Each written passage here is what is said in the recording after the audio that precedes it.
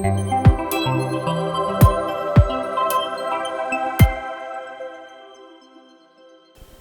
morning, respected chairperson, senior colleagues and friends.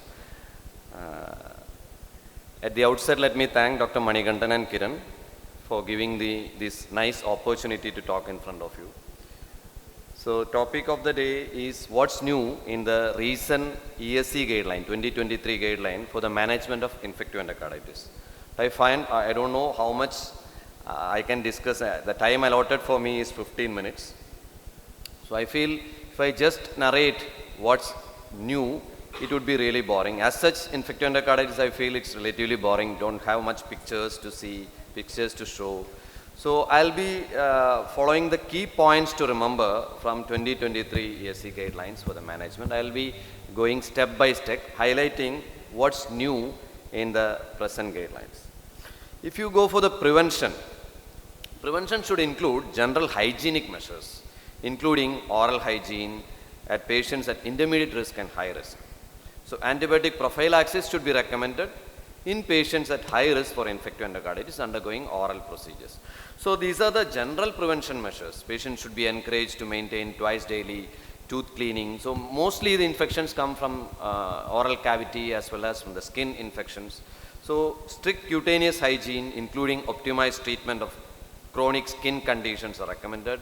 Disinfection of wounds, curative antibiotics whenever it is needed, no self-medications with antibiotic, and should be these patients who are at high risk for infective endocarditis, discouragement of piercing and tattooing should be done, and limitation of infusion catheters and invasive procedures should be avoided whenever possible. So in general, you should maintain a good dental hygiene, use dental floss daily, brush teeth morning and evening, see your dentist for regular checkups, maintain good skin hygiene, minimize the risk of skin infections. In case of lesions, observe for signs of infection, avoid tattooing, mindful of infections, do not self-medicate or self-prescribe antibiotic, and show this card to your doctors before an intervention. So all these patients who are high risk for infective endocarditis, you should inform them you have to take care of all these things. So who are the patients at risk of infective endocarditis? Previously in the previous guidelines, they were downplaying the importance of prevention and antibiotic prophylaxis. So here I've come up with certain group of patients who are high risk of infective endocarditis, like already the patients have suffered infective endocarditis once, and surgically implanted valve, not only surgically implanted, transcatheter valve implantation or prior valve repair, particularly when there is a prosthetic material inside that valve. Uncorrected cyanotic congenital heart disease and prior repairing involving a prosthetic material, particularly even if it's acyanotic, if it is completely repaired without any residual prosthetic material, they are in low risk group. But here, if there is a prosthetic material or not completely corrected, they are in the high risk group, and those who are having a ventricular assist device. And regarding antibiotic prophylaxis, it should be considered. Here, it should be considered in patients with prior transcatheter mitral or tricuspid valve repair. In those patients who are high risk for infective endocarditis, you should consider. Here, in those patients with prior transcatheter mitral or tricuspid valve repair, you should consider antibiotic prophylaxis. And it may be considered in those patients post-heart transplant recipients and among high-risk individuals undergoing invasive respiratory, GI, genitourinary, skin or musculoskeletal procedures. At the same time, it's not warranted before dental procedures to prevent cardiac implanted electronic devices associated with infective endocarditis. Doesn't mean that when you're going for pacemaker or ICD implantation, that time you may give antibiotic prophylaxis, but those patients who are already having an CIED, if they are going for some other invasive procedure or like orodental procedure, antibiotic prophylaxis is not warranted. So these are the usual antibiotic which we give in those patients who are not allergic to penicillin. You can give amoxicillin, ampicillin, cefazolin, ceftriaxone, anything like that. Not going into the details of that. And when the patient is allergic to penicillin or ampicillin, you can give cefalexin, azithromycin, doxycycline or ceftriaxone.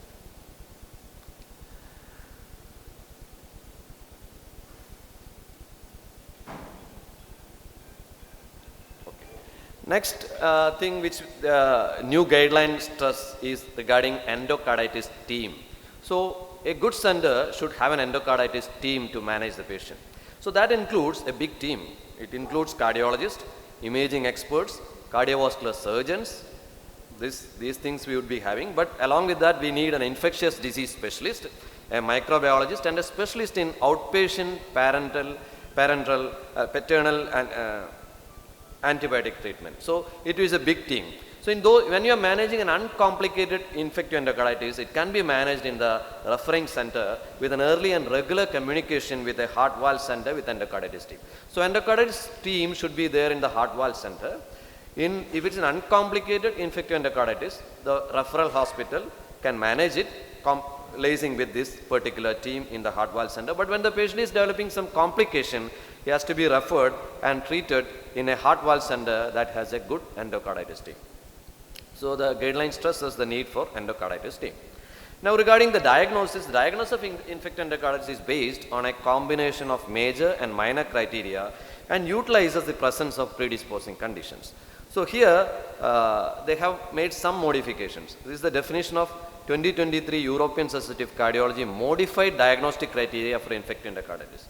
As the previous criteria, you have major criteria. Major criteria is again blood culture positivity and imaging.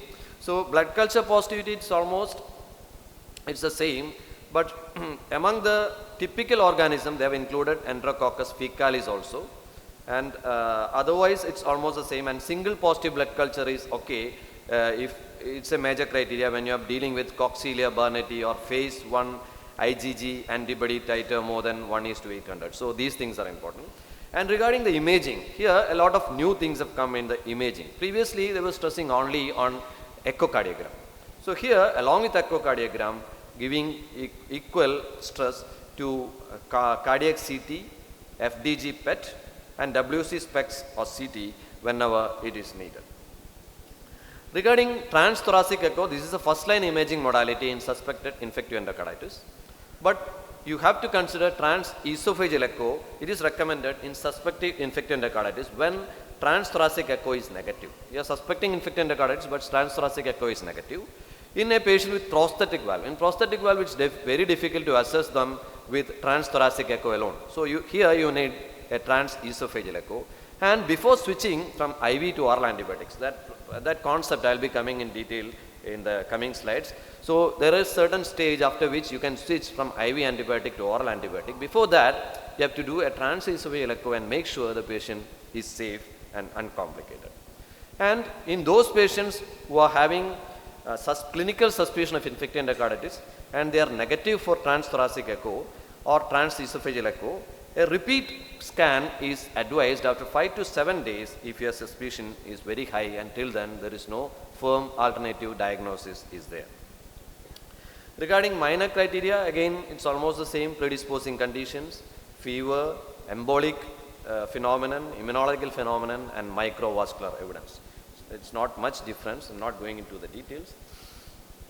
And how to diagnose? You need 2 definite major criteria, or 1 major criteria plus 3 minor criteria, or you need 5 minor criteria. That is, then you call it's a definite infective endocarditis. If 1 major plus 1 or 2 minor criteria it's possible, or 3 to 4 minor criteria it's just possible, and the next one is rejected.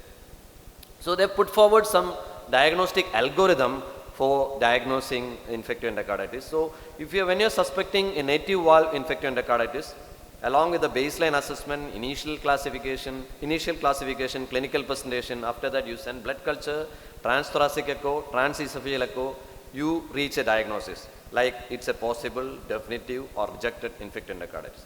If it's a possible infective endocarditis, again you have to keep on working up the patient till you get an alternative firm diagnosis. So you repeat blood cultures if negative, then you repeat transesophageal echo or transthoracic echo after 5 to 7 days, and wherever possible, if necessary, you go for CT angiogram. And otherwise, if you feel there is some embolic phenomenon, can go for brain or whole body imaging like that. And at any point, this possible infective endocarditis patient can get converted to definitive infective endocarditis. And once the patient is diagnosed as a definitive infective endocarditis, keep following them up.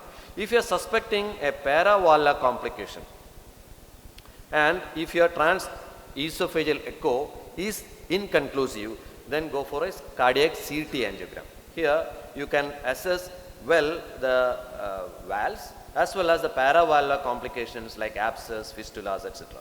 If there are symptoms suggesting extra cardiac complications, then you go for brain or whole body imaging like CT or FDG PET. And if there is no symptom suggesting extra cardiac complications but you are strongly suspecting, then you can think about brain or whole body imaging, but that's a class 2B, not a class 1 recommendation. But when you are dealing with a patient with prosthetic valve endocarditis, here we give more importance to imaging. Like initially itself you may have to go for transesophageal echo, and in possible infective endocarditis patient, during the initial workup, if there is a high suspicion, you may have to go for cardiac CT angiogram or FDG PET.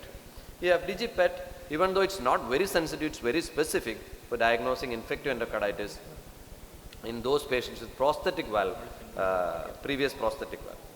And if FDG PET is not available, you can go for WBC SPECT, but I can't give you the details because it's not available here. I'm not sure whether it's, but we have FDG PET available in our city itself. It's a valuable tool which we have to use more often. And again, here also, when you are suspecting paravalvular complications, go for CT angio. When you are suspecting extra cardiac complications, you can again go for brain or whole body imaging, FDG PET, etc.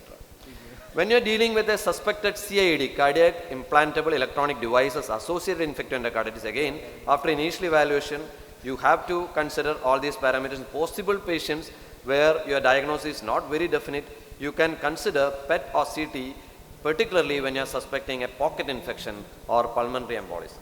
If you are suspecting pulmonary embolism, CT will be helpful to detect thoracic as well as systemic pulmonary embolism. Now regarding antimicrobial therapy, what are the principles and methods? So there is some change here. See, previously we were giving antibiotic therapy for 6 weeks. Here the duration of antibiotic therapy for prosthetic valve endocarditis is recommended to be longer than native valve endocarditis. Native valve it's 2 to 6 weeks, in prosthetic valve it may be equal to or more than 6 weeks. And here the antibiotic therapy is divided into 2 phases. Initial first phase followed by a stabilized phase. The first phase of antibiotic therapy consists of 2 weeks. There you have to keep the patient in hospital and give parenteral antibiotic therapy. Here, along with antibiotic therapy, along with that, if necessary, the surgery should be performed if indicated. If there is an infected foreign body, it should be removed. And cardiac and extra cardiac abscess, if it is there, it has to be drained. All these things, along with intensive first phase antibiotic therapy with parenteral IV antibiotic should be done in the first phase. Later, followed by a second phase where you can treat the patient as outpatient with IV or parenteral antibiotic therapy. Only you have to choose the patient very carefully. You have to choose uncomplicated patients for these type of continuation phase of antibiotic therapy for the next 1 to 6 weeks. So initially for the first 1 to 2 weeks, you give intensive phase of antibiotic therapy. Along with that, if there is any surgical management, if necessary, you have to do that. At the end of 10 days or towards the end of the second week, you do a transesophageal echo. And if the transesophageal echo, this is to find out whether it's complicated or not. If the patient is having complications of infective endocarditis, then you will continue with IV antibiotic. But if it is an uncomplicated infective endocarditis, here you can switch to a oral antibiotic therapy. So from day 10 post-treatment initiation or 7 days post-surgery, consider oral antibiotic therapy or outpatient IV antibiotic therapy in stable patients. But if you feel still the patient is unstable or the patient is going for complication, then continue IV antibiotic therapy. So this is how you work up indefinite infective endocarditis. You do blood culture, you start appropriate antibiotic therapy, and you see how is the infection controlled. Is the patient having satisfactory response? If the fever coming down, is the patient is febrile for more than 2 days? Is the CRP coming down? Total leukocyte count, is it coming down less than 15,000? And after treatment for 10 days or more than 7 days after valve surgery, you go for transesophageal echo if there is a new surgical indication, if any complication, you go for continue IV antibiotic therapy. If nothing complicated, you shift the patient to oral antibiotic therapy. So specific recommendations for antibiotic therapy: aminoglycosides not recommended for staph. Rifampicin should be used only in IV in foreign material. Daptomycin can be used in staph or enterococcus infective endocarditis and should be administered in high doses. Now, what are the indications for surgery? General indications are heart failure, uncontrolled infections, and prevention of septic emboli. Again, depending on the severity of the problem, you can consider emergency surgery. That means within 24 hours of the diagnosis is recommended in native or prosthetic valve regurgitation, obstruction or fistula where the patient is having refractory pulmonary edema or cardiogenic shock. If the patient is not having refractory pulmonary edema, you can go for an urgent surgery. That has to be done within 3 to 5 days after diagnosis. Here, the patient is or aortic or mitral valve endocarditis resulting in heart failure, but it's controlled medically. There is evidence of locally uncontrolled infection like abscess, false aneurysm, fistula, enlarging vegetation, prosthetic device and new AV block, and persistent vegetation, more than 10 mm. Along with vegetation, if there are more than one embolic phenomenon, you have to go for urgent surgery. Or if there are, along with large vegetation, if there is other indication for surgery because of severity of the regurgitant lesions. And fungal infective endocarditis or multi-drug resistance, again non-urgent surgery. Surgery is recommended in early prosthetic valve endocarditis. And here, within 6 months, if the patient is getting prosthetic valve endocarditis, you have to explant that. Complete debridement and valve replacement is recommended. And in pacemaker endocarditis also, you have to extract that and go for repeat device.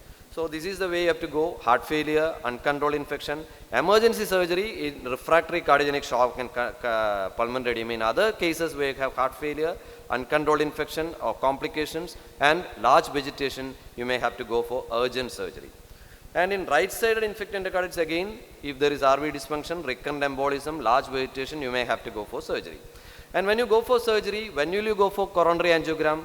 Preoperatively, coronary angiogram, if it is an invasive coronary angiogram when there is no vegetation in the aortic valve. If there is a vegetation in the aortic valve, you have to go for CT coronary angiogram in high-risk patients like men more than 40, postmenopausal women, history of CAD and more than one cardiac risk factor. And in those patients with TIA and non-hemorrhagic stroke, surgery should not be delayed, but you can delay the surgery for more than 4 weeks if there is a hemorrhagic complication. Now, what's the outcome after discharge? In contrast to the reinfection, when there is a relapse, you have to search for the persistence of infectious focus. Blood cultures should be performed after completion of antibiotic therapy. Close surveillance should be there for long-term complications. And for patient education regarding the hygiene to prevent recurrence should be added. And in those patients who are IV drug abusers, you should advise addiction treatment, de-addiction treatment. This slide was already, need not be stressed. Time is up. This is my last slide. Okay, okay. Thank you.